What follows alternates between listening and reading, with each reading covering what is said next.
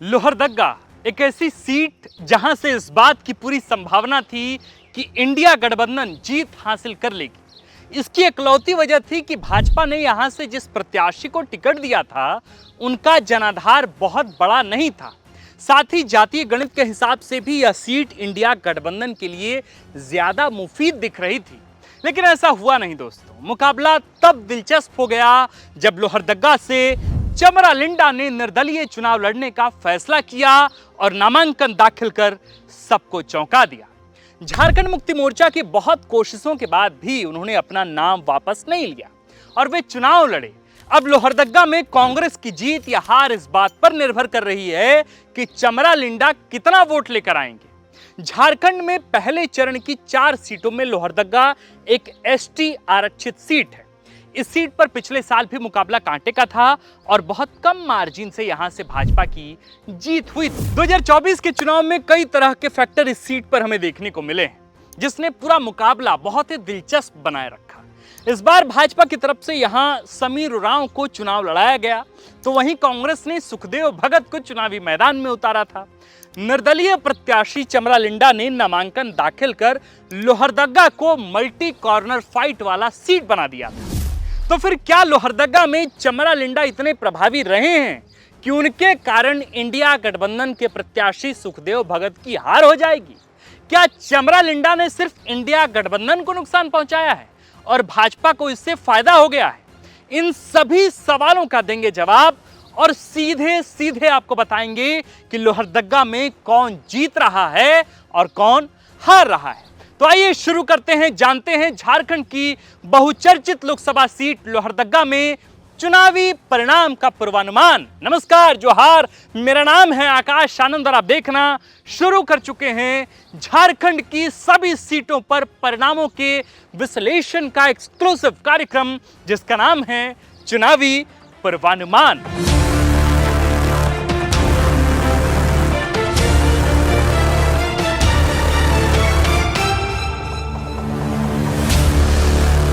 झारखंड में पहले चरण की इकलौती त्रिकोणीय सीट लोहरदग्गा पर हमारा पूर्वानुमान है कि यहां चमरालिंडा एक बड़ा फैक्टर साबित होने जा रहे हैं और इस सीट पर भाजपा के कैंडिडेट समीर उरांव जीत हासिल कर पाने में कामयाब हो जाएंगे। लेकिन इस सीट पर हम दूसरी संभावना को भी अपने पूर्वानुमान में शामिल कर रहे हैं, यानी अगर चमरालिंडा को 1 लाख से कम वोट मिले तो फिर संभावना है कि समीर उरांव हार जाएं और सुखदेव भगत की यहां से जीत सुनिश्चित हो जाए। हम ऐसा इसलिए कह रहे हैं क्योंकि वाकई स्थितियां ऐसी हैं कि कहा नहीं जा सकता। जिस सीट पर हम आकलन पर आश्वस्त थे वहां हमने साफ साफ कह दिया कि वहां से कौन जीत रहा है, कौन हार रहा है। लेकिन लोहरदग्गा में स्थितियां बिल्कुल ही अलग हैं, बिल्कुल ही अलहदा हैं। मैं फिर से दोहरा रहा हूं, हमारे आकलन के आधार पर यह सीट 51% संभावना के साथ भाजपा के खाते में जाती दिख रही है और 49% संभावना इस बात की भी है कि यहां से कांग्रेस बाजी मार ले। दोनों ही स्थितियों में चमरालिंडा तीसरे स्थान पर रहेंगे, लेकिन प्रभावी वोट जरूर लेकर आएंगे। अब हम आते हैं इस पूर्वानुमान के कारणों पर और बताते हैं कि हम आखिर ऐसी बात क्यों कह रहे हैं कि यहां से भाजपा की जीत होगी। देखिए, लोहरदग्गा में कांग्रेस 3 भागों में बटी है। मैं नाम नहीं लेना चाहता, लेकिन वहां कांग्रेस के 3 बड़े नेताओं के बीच नहीं बन रही है और दिलचस्प बात यह है कि ये तीनों कांग्रेसी नेता क्षेत्र में उतने ही प्रभावी। जब तक वे तीनों एक दूसरे को सपोर्ट नहीं करते, यहां से कांग्रेस का जीत पाना लगभग असंभव सा है। यही वजह है कि 2019 में जब चमरालिंडा नहीं लड़े थे तब भी कांग्रेस लोहरदग्गा से चुनाव में जीत दर्ज नहीं कर पाई थी।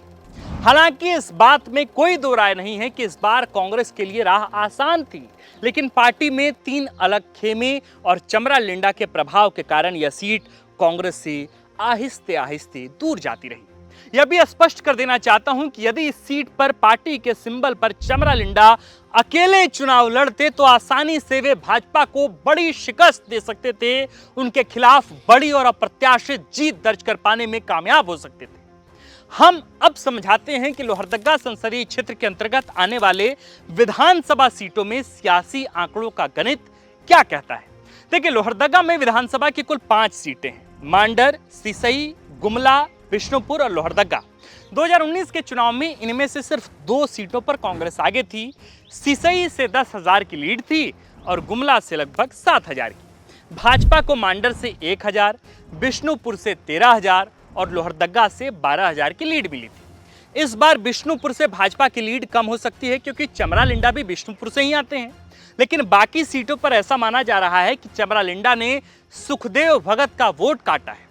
ऐसे में यदि चमरा लिंडा 1 लाख से अधिक वोट लेके आते हैं तो सुखदेव भगत को बड़ा नुकसान हो सकता है, क्योंकि इसका अर्थ होगा कि उन्हें गुमला और सिसई से भी वोट मिले हैं, जबकि 1 लाख से कम वोट लाने पर यह माना जा सकता है कि उनका अधिकतर प्रभाव बिष्णुपुर में ही रहा, जिससे अधिक नुकसान भाजपा को होगा। याद रहे कि 2019 में भाजपा को सबसे अधिक लीड बिष्णुपुर से ही मिली थी। इस तरह हम अपने उसी आकलन पर दोबारा पहुंचते हैं कि चमरा लिंडा लोहरदगा में एक बड़ा फैक्टर साबित होंगे, जैसा कि उम्मीद चुनाव के पहले से ही की जा रही थी चमरा लिंडा को लेकर। उनके आने से भाजपा के लिए यह सीट आसान हुई है, इस बात में भी कोई दो राय नहीं है, और शायद इसलिए संभवतः भाजपा यह सीट जीत पाने में कामयाब भी हो जाए। लेकिन इस सीट पर भी मार्जिन बहुत ही कम रहने वाली है। दूसरे फैक्टर की बात करते हैं। जातीय आधार पर यहां 63% यानी 8 लाख आदिवासी वोटर हैं और दूसरी बड़ी संख्या मुसलमानों की है, अल्पसंख्यकों की है, जो करीब 14% यानी 1,80,000 है। इस बात में दोस्तों कोई दो राय नहीं है कि आदिवासी वोट 3 खेमों में बटा है। लेकिन चमरा लिंडा के आ जाने से कांग्रेस को नुकसान यह हुआ है कि जो मुस्लिम वोट एक मुश्त होकर कांग्रेस के पाले में जाते, उनके हिस्से का वोट कुछ हिस्से का वोट चमरा लिंडा को भी चला गया है। यानी मुस्लिम वोटों का नुकसान कांग्रेस को इस बार हुआ है। चूंकि सीपीआई ने भी इस बार लोहरदगा से कैंडिडेट दिया था, तो कांग्रेस के चुनावी आंकड़ों में इसका भी असर देखने को मिल सकता है दोस्तों। और जैसा कि हमने आपको बताया कि लोहरदगा में मार्जिन कम रहने वाला है, ऐसे में सीपीआई का कुछ हजार वोटों का अंतर भी बहुत बड़ा खेल कर सकता है। पिछली बार भाजपा सिर्फ 10,000 वोटों से यहां यानी लोहरदगा से जीत पाई थी। ऐसे में सीपीआई का नुकसान कांग्रेस को भारी पड़ता दिख सकता है चुनावी नतीजों में। इन्हीं कारणों से ऐसा प्रतीत होता है कि लोहरदगा में भाजपा जीत रही है और कांग्रेस की संभावित हार हो रही है।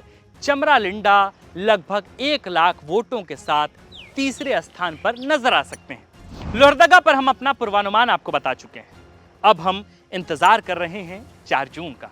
हम फिर से यह बात दोहराते हैं दोस्तों कि हमने यह पूर्वानुमान किसी सर्वे के आधार पर नहीं किया है।